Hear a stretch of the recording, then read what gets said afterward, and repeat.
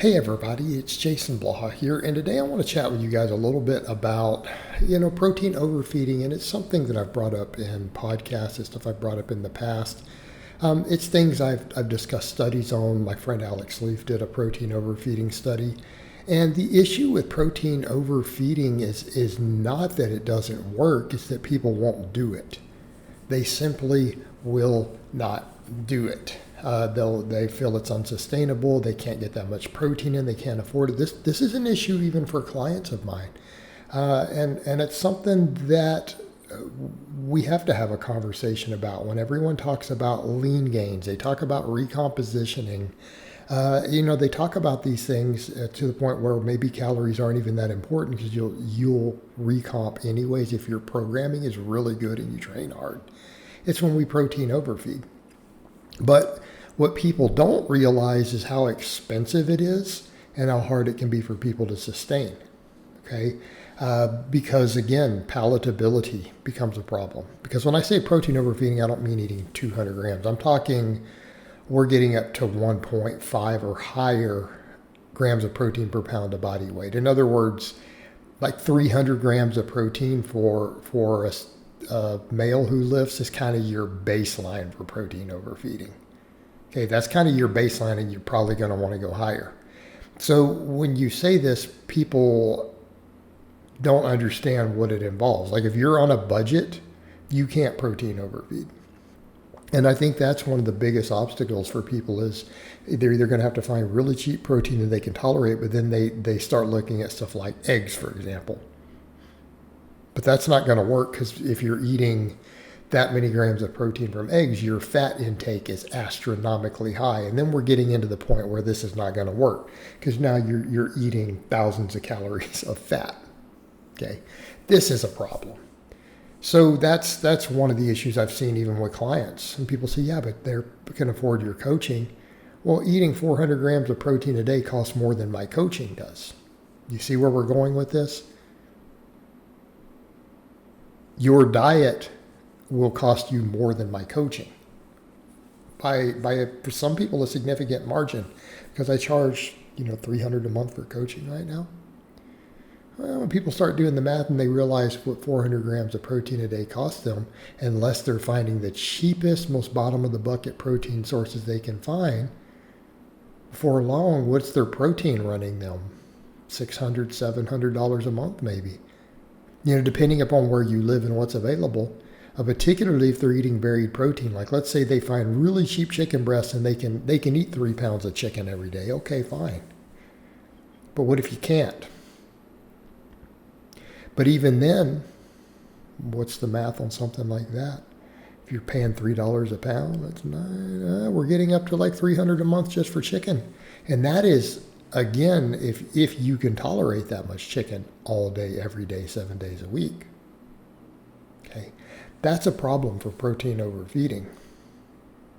The other is the satiety. People are like, I just can't stand to force that much protein down. Again, people wonder why I recommend bulking and cutting.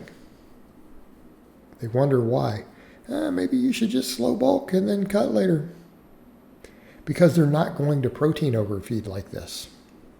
And what people have to remember, the protein overfeeding, when we do this and recommend this, it's because we're chasing body composition, not muscle growth. You're not going to gain more muscle. In other words, if you're in a small calorie surplus and say eating 150 grams of protein a day and maybe gaining a little body fat with it, you're not going to gain more muscle than less muscle than the protein overfeeding.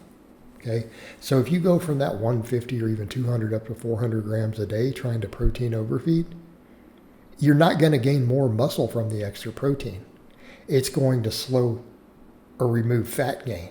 In some cases, it will promote fat loss, because what we also find is that when the thermic effect and everything nets out from it, sometimes you'll gain muscle in a small calorie deficit while doing this.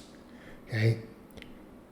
It's not just that the surplus and deficits are what's required as far as muscle growth goes. It's the high protein intake matters. So yes, this is what the data does show, that you can take protein intake up so high to where calories themselves can become less important for net protein synthesis, right? And in that case, a person can gain muscle without a calorie surplus. But that is a hypothetical because, again, a lot of people can't sustain it. They have to eat that much protein all the time to pull this off. Right? So again, it becomes a problem. The other thing is if they're not going to work their fruits and vegetables and other stuff in, they'll develop dietary deficiencies. This is where the carnivore people run into problems. They sometimes pull this off because like, I'm eating 4 pounds of meat a day of leaner meat, and then they don't have room for vegetables because they're so stuffed from the protein. Well, they develop dietary deficiencies. They get gut health problems, because they go that route. It's stupid. So this is the situation you have. It works. You can actually recomposition this way. The science behind it is legit. The theory behind it's legit. It works pretty well in the lab. The problem we run into is appetite constraints, palatability constraints, and those can oftentimes be avoided by picking better foods that we enjoy more. But then we start running into the budget side. We start to have budget issues. There's a financial implication. And for a lot of people, that is the deal breaker. And I really mean that. It's because once they get through the palatability, they find stuff that works a little better to eat. But before long, people are like, I have $1,000 a month grocery bill for just me. And in some countries, protein costs even more than in the U.S. Okay, it's a financial issue. And people just think buying a bunch of expensive, useless supplements is bad. Wait till you're trying to buy this much whole protein foods that are not loaded with a bunch of other things like really high fat and stuff. Right?